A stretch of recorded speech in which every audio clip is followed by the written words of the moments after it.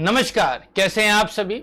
स्वागत है आपका मेंटल स्टडी 6 के आपके अपने इस चैनल पर। और पिछले एक दो दिन से आपके मन में एकदम से काफी सारी क्यूरियोसिटी जो एकदम से बढ़ गई होगी रिलेटेड टू एनईपी यानी कि नेशनल एजुकेशन पॉलिसी या फिर नेशनल पॉलिसी ऑन एजुकेशन 2020, जिसको अब एक्सेप्टेंस मिल गई है। यानी कि 2019 में जो ड्राफ्ट के नाम पर मार्केट में आया हुआ था, अब फाइनली उसको मंजूरी मिल गई है।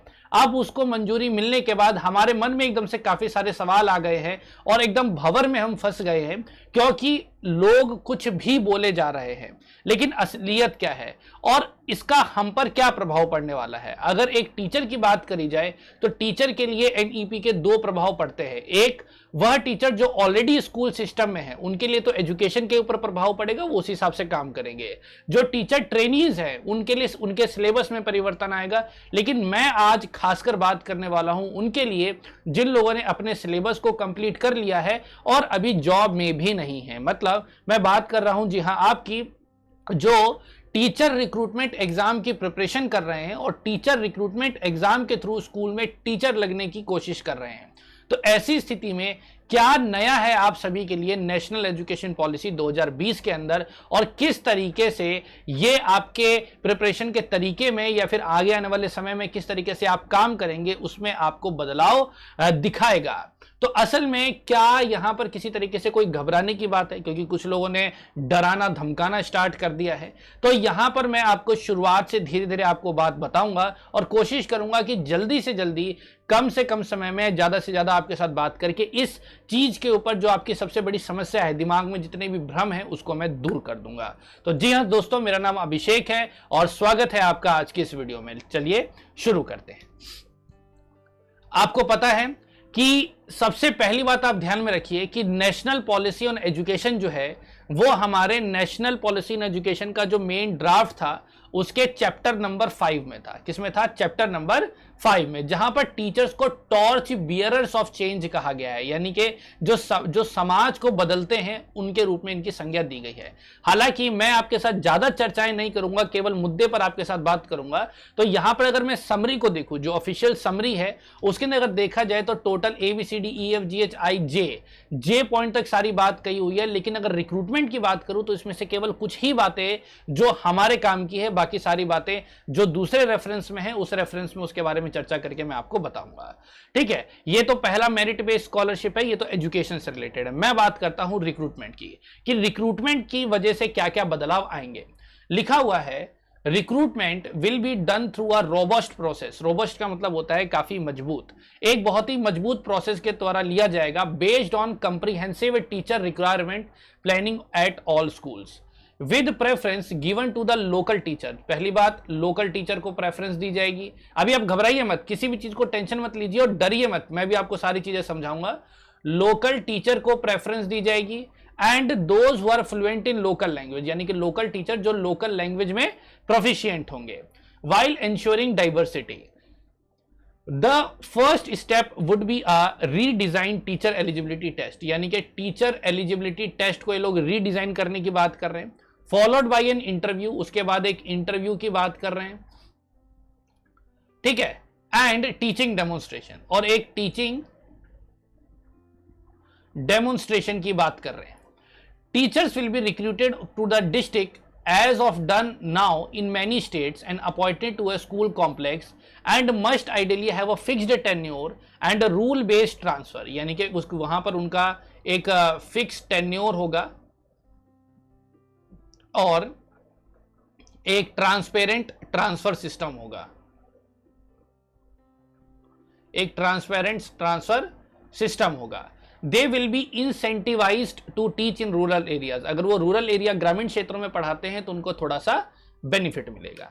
हालांकि यही मेजर पॉइंट है। इसके अलावा एक जो रिक्रूटमेंट को लेकर के आपको सबसे बड़ा ध्यान में रखना है वो पॉइंट सी के अंदर लिखा हुआ है, and that is the practice of para teachers, यानी कि जो अनक्वालिफाइड या फिर कॉन्ट्रैक्ट टीचर है, इस प्रैक्टिस को स्टॉप करने की बात करी जा रही है 2022 तक, यानी कि अभी चल रहा है 2020 जो कि खत्म होने वाला है।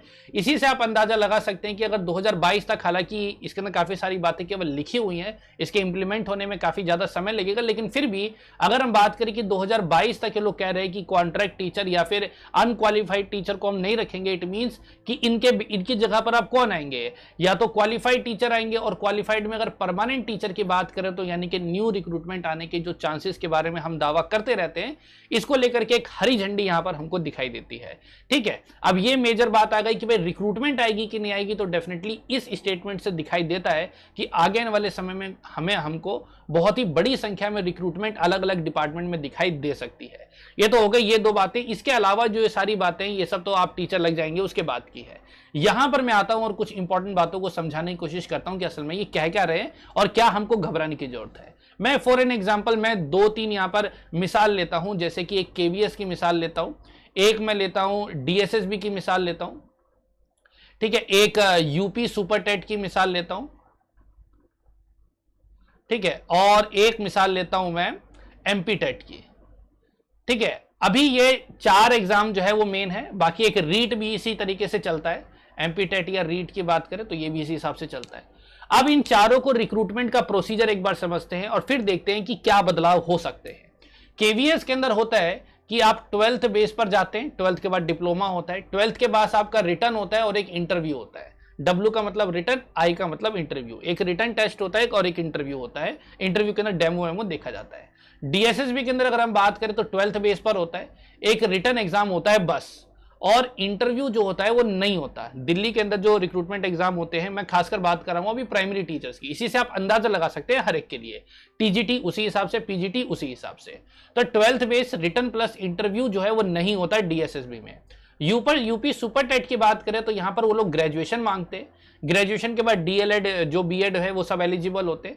फिर उसके बाद आपके पास यहां पर यूपी टेट होना चाहिए, यूपी टेट मतलब वो सब यहाँ पे भी है, यूपी टेट या सी टेट होना चाहिए, प्लस यहाँ पर आपका एक सुपर टेट का एग्जाम होता है, मतलब एक एलिजिबिलिटी, एक मतलब रिक्रूटमेंट एग्जाम होता है जिसके थ्रू आपकी मतलब फाइनल पोस्टिंग होती है। यहाँ पर भी आपका जो इंटरव्यू होता है वो नहीं होता है। ठीक है, एमपी टेट की अगर हम बात करें तो जैसे यहाँ पर सी टेट, बिना सी टेट के आप ये भी नहीं दे सकते, यहाँ पर भी सी टेट आपको चाहिए और यहां पर भी आपको सी टेट चाहिए, सी टेट ही चाहिए, कोई स्टेट आपका स्टेट का जो टेट एलिजिबिलिटी है वो यहां नहीं चलेगा। लेकिन यूपी सुपर टेट में आपका यूपी टेट भी चलेगा और सी टेट भी चलेगा। ठीक है, और एमपी टेट या रीट की बात करें तो यहां पर आपको एमपी के अंदर आपके पास 12th होनी चाहिए और 12th के बाद आपका केवल एमपी टेट का एग्जाम होगा। मतलब आपका एक रिक्रूटमेंट एग्जाम नहीं बल्कि एक एलिजिबिलिटी एग्जाम होगा, इसी के मेरिट के आधार पर आपकी रिक्रूटमेंट होगी। मतलब यहां पर आपका कोई रिटन टेस्ट भी नहीं होता और आपका इंटरव्यू भी नहीं होता, क्योंकि एलिजिबिलिटी टेस्ट तो हर जगह लिए जा रहे, तो खासकर टीचर रिक्रूटमेंट के लिए अलग से कोई एग्जाम नहीं लिया जाता। तो यहां पर इन चारों जगहों को देख करके आप चारों के अंदर बहुत बड़ा परिवर्तन, बहुत ज्यादा आप डिफरेंसेस देख सकते हैं कि कहीं पर कुछ है, कहीं पर कुछ है, कहीं पर कुछ है, और इतने सालों से ये चली आ रही है। तो क्या इसके अंदर बदलाव मुमकिन है? और ये जो बदलाव यहां पर हमारी बात करी जा रही है कि भैया एक तो लोकल टीचर को भरा जाएगा, टेट को थोड़ा बदला जाएगा, इंटरव्यू लिया जाएगा, टीचिंग डेमो लिया जाएगा, तो क्या ये सारे बदलाव संभव है और क्या ऐसा होगा ही होगा? तो यहां पर मैं एक बिंदु आपके सामने रखना चाहता हूं, वो ये है कि सबसे पहली बात देखिए, एनईपी तो बन गया, और खुद सोचिए कि इससे पहले जो नेशनल एजुकेशन पॉलिसी थी वो 1986 की थी, उसके बाद 34 साल के बाद अब जाकर के 2020 में एक दूसरी पॉलिसी आई है। तो मतलब इतने समय का जो गैप था वो अब कवर करने की कोशिश करी जा रही है। तो इसका भी जो ओवरव्यू है और ये जो बातें सोची गई है ये बहुत लंबे समय के लिए सोची गई है। 2030 तक के तो काफी सारे इसके अंदर प्रोजेक्शंस ही हैं कि 2030 तक हम ये करेंगे, तो इट मींस 2030 तक तो कोई नई एजुकेशन पॉलिसी तो आएगी नहीं। तो इसका मतलब आप ये समझ जाइए कि ये जो एजुकेशन पॉलिसी बनाई गई है ये काफी लंबे समय को सोच करके बनाई गई है। तो बदलाव आपको एकदम से दिखाई देंगे ये कहना बिल्कुल गलत बात होगी। अब मैं यहां पर एक बात आपको और बताना चाहता हूं कि जहां तक बात है एजुकेशन की, जिसको कि मैं बार बार पेडागोजी की क्लास में चर्चा करता रहता हूं, एजुकेशन की अगर हम बात करें इंडियन सिनेरियो में, अगर भारतीय पक्ष में अगर हम बात करें तो भारतीय पक्ष में जो एजुकेशन है, भारत का जो संविधान है उसमें जो एजुकेशन है वो कॉन्करेंट लिस्ट में आता है, कॉन्करेंट लिस्ट में, समवर्ती सूची में आता है। और समवर्ती सूची में आने का मतलब यह है कि हर एक स्टेट के पास अपनी एक उसके पास एक राइट होता है, उसके पास एक अधिकार होता है कि वो अपने स्टेट की रिक्रूटमेंट पॉलिसी के अंदर अपने अनुसार परिवर्तन कर सके। बात ये क्लियर हुई? तो यहां पर अगर आप देखेंगे यही कारण था कि केवीएस का रिक्रूटमेंट प्रोसीजर अलग है, डीएसएसबी का रिक्रूटमेंट प्रोसीजर अलग है, यूपी का रिक्रूटमेंट प्रोसीजर अलग है, एमपी टेट का यानी कि मध्य प्रदेश का रिक्रूटमेंट प्रोसीजर अलग है। इन चारों स्टेट का रिक्रूटमेंट प्रोसीजर अलग है। केवीएस तो चलो नेशनल लेवल पे है, लेकिन बाकी तीनों का ही रिक्रूटमेंट प्रोसीजर आपको अलग दिखाई दे रहा है। और इसके पीछे क्या मेजर कारण है वो मैंने आपको बता दिया। वो कारण है कि भाई शिक्षा ही हमारे भारत के संविधान में कंकरेंट लिस्ट में है, तो स्टेट को अधिकार है। नेशनल पॉलिसी एंड एजुकेशन तो बन गई, लेकिन शिक्षा तो ऐसा नहीं है कि समवर्ती सूची से हटा दी गई है। अगर वो समवर्ती सूची से हट जाती तो यहां पर हर एक जगह यूनिफॉर्म यानी कि एक समान रूल जो है वो लागू होता है, लेकिन अभी भी वो समवर्ती सूची में है ही, तो अभी भी स्टेट के पास अपने अधिकार होंगे जिसके आधार पर वो अपनी रिक्रूटमेंट प्रोसीजर के अंदर बदलाव करें या ना करें, या कितना करेंगे ये उनके ऊपर डिपेंड करता है, राइट। तो अब जैसे कि मैं ये बात कर रहा हूं कि भाई लोकल टीचर्स को भरा जाएगा, टेट को भरा जाएगा, इंटरव्यू लिया जाएगा, टीचिंग डेमो लिया जाएगा, तो ये सारा किन को ध्यान में रख के किया जा रहा है? ये ध्यान में रख के किया जा रहा है जो स्टेट रिक्रूटमेंट बोर्ड है, यानी कि जो राज्य स्तरीय जो रिक्रूटमेंट बोर्ड है उनके बारे में ये बात चल रही है। क्योंकि ये सारी की सारी चीजें तो केवीएस में होती ही हैं, ये सारी की सारी चीजें तो केवीएस में होती हैं। केंद्रीय विद्यालय संगठन के अंदर आपके पास रिटर्न होता ही है, आपका इंटरव्यू होता ही है, सीटेट इसके अंदर होता ही है, और इसके अंदर एवरीथिंग, और इंटरव्यू के दौरान आपका टीचिंग डेमो भी होता ही है, तो सब कुछ होता है। इट मींस जो अभी न्यू एजुकेशन पॉलिसी के अंदर बात कही गई है वो केवीएस में ऑलरेडी हो रहा है।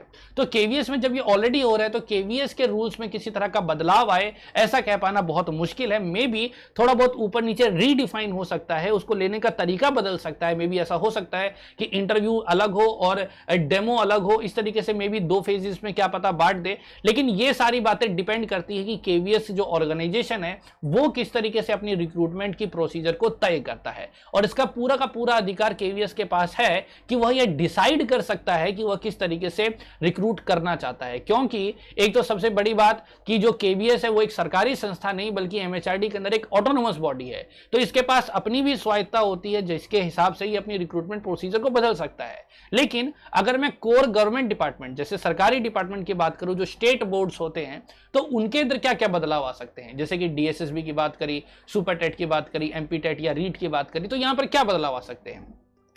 यहां पर बदलाव आ सकता है कि भैया इनका जो जैसे एमपी टेट की मैंने बात करी तो केवल टेट एग्जामिनेशन पे इनकी रिक्रूटमेंट हो जाती है, तो क्या पता ये लोग ये टेट एग्जाम को रीडिफाइन करें, या फिर क्या पता एक रिक्रूटमेंट एग्जाम अलग से ले, या फिर क्या पता ये लोग इंटरव्यू जोड़े, क्या पता यूपी टेट के अंदर, यूपी के अंदर जो रिक्रूटमेंट एग्जाम होता है क्या पता उसमें भी जो है मतलब इंटरव्यू को ऐड किया जाए, क्या पता इस चीज को वहां पे भी एडिशन किया जाए। लेकिन क्या पता अब ये अनसर्टेन नहीं है, but this is a certain thing. क्यों? क्योंकि मैंने बार बार आपको बताया कि again the state has the authority to decide the recruitment policies. हर एक स्टेट के पास अधिकार है अपनी रिक्रूटमेंट पॉलिसीज को बदलने का, क्योंकि शिक्षा जो है वो कॉन्करेंट लिस्ट में है। तो इस कारण आप इसको पढ़ करके ये मत सोचिएगा कि आप जिस भी स्टेट में बैठे हैं वहां पर अब वहां की रिक्रूटमेंट पॉलिसी चेंज हो जाएगी और एग्जाम कुछ और होगा। बिल्कुल भी ऐसा नहीं होगा, लेकिन ऐसा हो सकता है अगर वहां की बोर्ड ऐसा डिसाइड करती है तो। हालांकि अभी तो केवल ये बना है, इसको कौन सा स्टेट किस तरीके से मानेगा या फिर अपने रिक्रूटमेंट प्रोसीजर के अंदर किस तरीके से परिवर्तन करेगा वो तो ये जाने।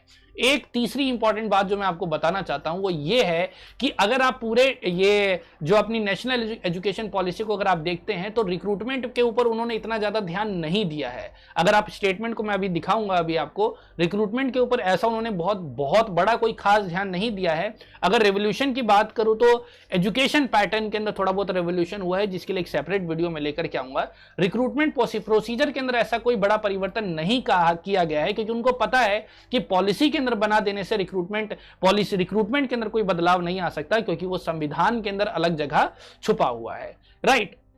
तो आप इन सब चीजों को लेकर के बिल्कुल भी टेंशन मत ले। दूसरी बात ये जो फिक्स टेन्योर की बात है और ट्रांसफर सिस्टम है, इसके ऊपर में भी थोड़ी बहुत बात हो सकती है। यहां पर केवीएस वाले थोड़े चिंतित हैं कि कहीं ऐसा तो नहीं होगा कि सर एक जगह हमारी रिक्रूटमेंट हो जाए तो वहां से ट्रांसफर ही नहीं हो सकता। तो ये सरासर गलत है, इस तरह के किसी भी बहकावे में मत आइए, क्योंकि केवीएस का सिस्टम ही अलग है। केवीएस कोई स्टेट बॉडी तो है नहीं, वो एक नेशनल बॉडी है, तो वहां पर 100% आपका ट्रांसफर होगा ही होगा।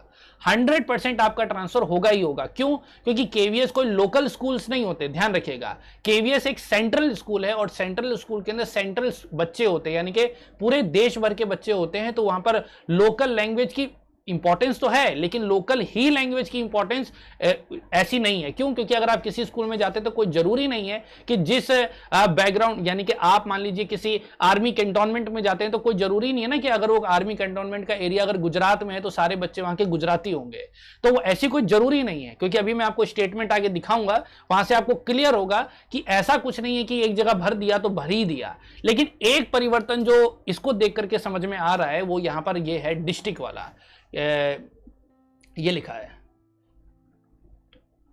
The recruitment comprehensive with preference, जैसे वोकल लैंग्वेज, ये रहा ना, teacher will be recruited to the district as of now. अब डिस्ट्रिक्ट की बात क्या है कि अभी डिस्ट्रिक्ट वाइज लोग जो हैं रिक्रूट होते हैं। अब डिस्ट्रिक्ट वाइज कैसे होते हैं? आपने यूपी की रिक्रूटमेंट देखी, वहां पे डिस्ट्रिक्ट वाइज, जैसे पूरे यूपी में 50,000 वैकेंसी है, लेकिन 50,000 वैकेंसी में सिलेक्ट होने के बाद आपको डिस्ट्रिक्ट चूज करना पड़ता है कि आप किस डिस्ट्रिक्ट से भरना चाहते हैं, आपका वहीं पर रिक्रूटमेंट होता है। वैसे अगर दिल्ली में देखा जाए तो दिल्ली में अपने डिस्ट्रिक्ट हैं, छोटे छोटे डिस्ट्रिक्ट है, लेकिन उन डिस्ट्रिक्ट में जो टीचर्स हैं उनका चयन किया जाता है। तो अलग अलग डिस्ट्रिक्ट होते हैं, तो पहले भी चल रहे थे, अभी भी उसी तरीके से चलेंगे। अगर इसका थोड़ा बहुत इंपैक्ट अगर केवीएस में पढ़ना हो तो मे बी क्या पता ये लोग इस तरीके से कर दे कि केंद्रीय विद्यालय के अंदर जो रिक्रूटमेंट होता है वो जोनल वाइज वो लोग वैकेंसी निकाल दे कि भाई इस पर्टिकुलर जोन में इतनी वैकेंसी है, इस पर्टिकुलर जोन में इतनी वैकेंसी है, तो अगर आप इस जोन से अप्लाई करते हैं तो आप उस जोन से बाहर नहीं जा सकते, मतलब आप ट्रांसफर नहीं ले सकते उस जोन से बाहर। मे भी इस तरह की कोई बात हो सकती है, लेकिन ये सब सोल राइट है केवीएस का कि वो डिसाइड करेगी, और ये रिक्रूटमेंट आने से पहले वो लोग ये सारी चीजें बता देंगे। और मैं हर बार कह रहा हूं कि अगर आप इन सब चीजों को देखेंगे तो आगे आने वाले समय में आपको रिक्रूटमेंट के प्रोसीजर में ऐसा कोई खास बदलाव नहीं दिखाई देगा। बस एक इंटरव्यू का कंपोनेंट है जो कि हर जगह जुड़ने की कोशिश करी जा सकती है, लेकिन वो भी कोई खास जरूरी नहीं है, क्योंकि यहां पर देखा जाए तो ये सरकारी काम है और यहाँ पे काफी ऐसे करप्ट स्टेट्स भी हैं जहां पर काफी गड़बड़ घोटाला भी होता है। तो मे भी वहां पर शायद ठीक कर दिया जाए, या फिर वहां की अथॉरिटीज को ना मानना चाहती हो तो वहां पे कुछ और कर दे, क्योंकि ये भारत देश महान है, यहां पर कभी भी कुछ भी हो सकता है। तो फिलहाल जो मेरी जो मतलब मेरा जो मानना है वो यही है कि रिक्रूटमेंट के अंदर ऐसा कोई खास परिवर्तन होगा नहीं, लेकिन फिर भी जो हल्के फुल्के परिवर्तन होंगे उसके लिए आप तैयार रहें। अब मैं आपको लिए चलता हूं सीधा जो रिक्रूटमेंट पॉलिसी के अंदर जो एनईपी का जो मेन सिस्टम है उसको मैं आपको दिखाने जा रहा हूं। वहां से आपको थोड़ी बातें समझ में आएंगी। जो मेन ड्राफ्ट है, क्योंकि अगर मैं बात करूं इस संगठन एनईपी की, तो इन्होंने ड्राफ्ट को ही मंजूरी दी है, मतलब उसके अंदर कोई चेंजेस नहीं किए हैं, तो वही सारी चीज चलेगी। तो अभी आपके सामने ये ड्राफ्ट दिखाई दे रहा है। अब इस ड्राफ्ट के अंदर 21 नंबर पेज पर भैया इंडेक्स है, तो हम 21 नंबर पेज पर चलते हैं।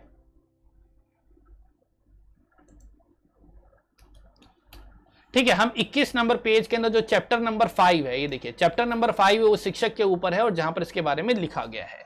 ठीक है, तो अब यहां पर देखिए 5.1 के अंदर प्रभावी शिक्षक नियुक्ति और पदस्थापन, यानी कि ट्रांसफर और नियुक्ति के बारे में बात करी गई है पेज नंबर 157 पर। तो चलिए 157 पर चलते हैं। ये हम 157 पे चले गए, ये उद्देश्य वगैरह लिखा हुआ है। अब जब यहां पे सारी चीजों को पढ़ेंगे तो जो चीजें अपने आप ही क्लियर होती जाएंगी। एक बार आप इसको खुद पढ़ेंगे। सबसे पहले तो भारत की स्टेटस दिखाई गई है कि हमारे यहाँ क्या क्या दिक्कतें हैं, क्या क्या चीजें हैं, क्या क्या होनी चाहिए, इस तरीके से चीजें कही गई हैं। ठीक है, ठीक है, यहाँ पे देखिए कारण बताए गए हैं कि क्या क्या चीजें हैं, क्या क्या प्रॉब्लम है, वो सारी चीजें यहाँ पर लिखी गई हैं। रिक्रूटमेंट के बारे में अभी नीचे दिखा जाएगा। अभी ठीक है, क्या किया जा सकता है, क्या किया जा सकता है, तो यहां पर अब देखिए लिखा हुआ है नियुक्ति और पदोन्नति देश में उत्कृष्ट 4 वर्षीय, ये तो एजुकेशन के बारे में बात है। ठीक है, और ये मेरिट आधारित स्कॉलरशिप के बारे में मैंने आपको बता दिया। ठीक है, अब यहां पर देखिए ग्रामीण इलाकों में उत्कृष्ट शिक्षकों के पदस्थापन को और बढ़ावा देने के लिए उन शिक्षकों को प्रोत्साहन दिया जाएगा जो ग्रामीण इलाकों में शिक्षण कार्य का चयन करेंगे, खास तौर पर उन ग्रामीण इलाकों में जहां वर्तमान शिक्षकों में सबसे ज्यादा कमी है। तो रूरल को इंसेंटिवाइज किया जाएगा, जो कि मैंने आपको बताया। ठीक है, अक्सर शिक्षक जो कि निकटतम आवास होता है और वह कई किलोमीटर दूरी पर होता है, अतः ग्रामीण स्कूलों में पदस्थापित शिक्षकों के लिए एक मुख्य प्रोत्साहन होगा। तो इसको पढ़ के आप सीधा सीधा समझ सकते हैं कि ये स्टेट बोर्ड के ऊपर ज्यादा फोकस किया गया है। राइट, तो शिक्षकों के अत्यधिक तबादलों की नुकसानदायक प्रक्रिया पर तुरंत रोक लगा दी जाएगी। मतलब जो अत्यधिक तबादले होते हैं, यानी कि बिना किसी मर्जी के जो तबादले होते हैं उसके ऊपर रोक लगा दी जाएगी। इस चीज का आप ध्यान रखिए, राइट। तो यहां पर यह नहीं कहा गया है कि तबादले पर रोक लगा दी जाएगी, जो बेमतलब के तबादले होते हैं उन पर रोक लगा दी जाएगी। जैसे केवीएस में एनुअल ट्रांसफर होता है, एनुअल ट्रांसफर में आप लोग मांगते हैं कि भाई मुझको ट्रांसफर चाहिए, तो डेफिनेटली आपको ट्रांसफर मिलेगा, कोई प्रॉब्लम नहीं है, राइट। सिर्फ कुछ खास परिस्थितियों में ही तबादला होगा, जैसे कि दाम्पत्य एवं अन्य पारिवारिक मुद्दों हेतु। अब ये वाली बात लिखी हुई है केवल कुछ परिस्थितियों में, जैसे कि भाई कोई पारिवारिक या फिर स्पाउस केस बन रहा हो, या फिर कोई अगर कोई पारिवारिक केस बन रहा हो, कोई फैमिली प्रॉब्लम हो, उस बेस पे ट्रांसफर किया जाएगा, अदरवाइज ट्रांसफर नहीं किया जाएगा। तो ये बात करी जा रही है स्टेट रिक्रूटमेंट बोर्ड्स की। जो स्टेट रिक्रूटमेंट बोर्ड है उसके बारे में चर्चा की गई है। यह चर्चा आपके सेंट्रल इंस्टीट्यूशंस के बारे में नहीं करी गई है, क्योंकि सेंट्रल इंस्टीट्यूशन तो वैसे भी घर के पास रिक्रूट नहीं होते, तो उनका तो पूरा सिस्टम ही अलग है। This is totally focused on the state recruitment authority. तो आपकी रिक्रूटमेंट बंद हो जाएगी ये आप बिल्कुल नहीं कहेंगे, क्योंकि आपके जो मतलब केवीएस वालों की जो ट्रांसफर है वो पहले भी चलती थी, आगे भी चलती रहेगी, ठीक है। और पदोन्नति के बारे में बात करे जा रहा है। शिक्षक के पेशे को उत्कृष्ट करने के लिए टेट को सुदृढ़ किया जाएगा, मतलब टेट को और मजबूत किया जाएगा। तो टेट तो वैसे ही है और टेट अभी भी वैसे, क्वेश्चन को डिफिकल्ट करेंगे, या फिर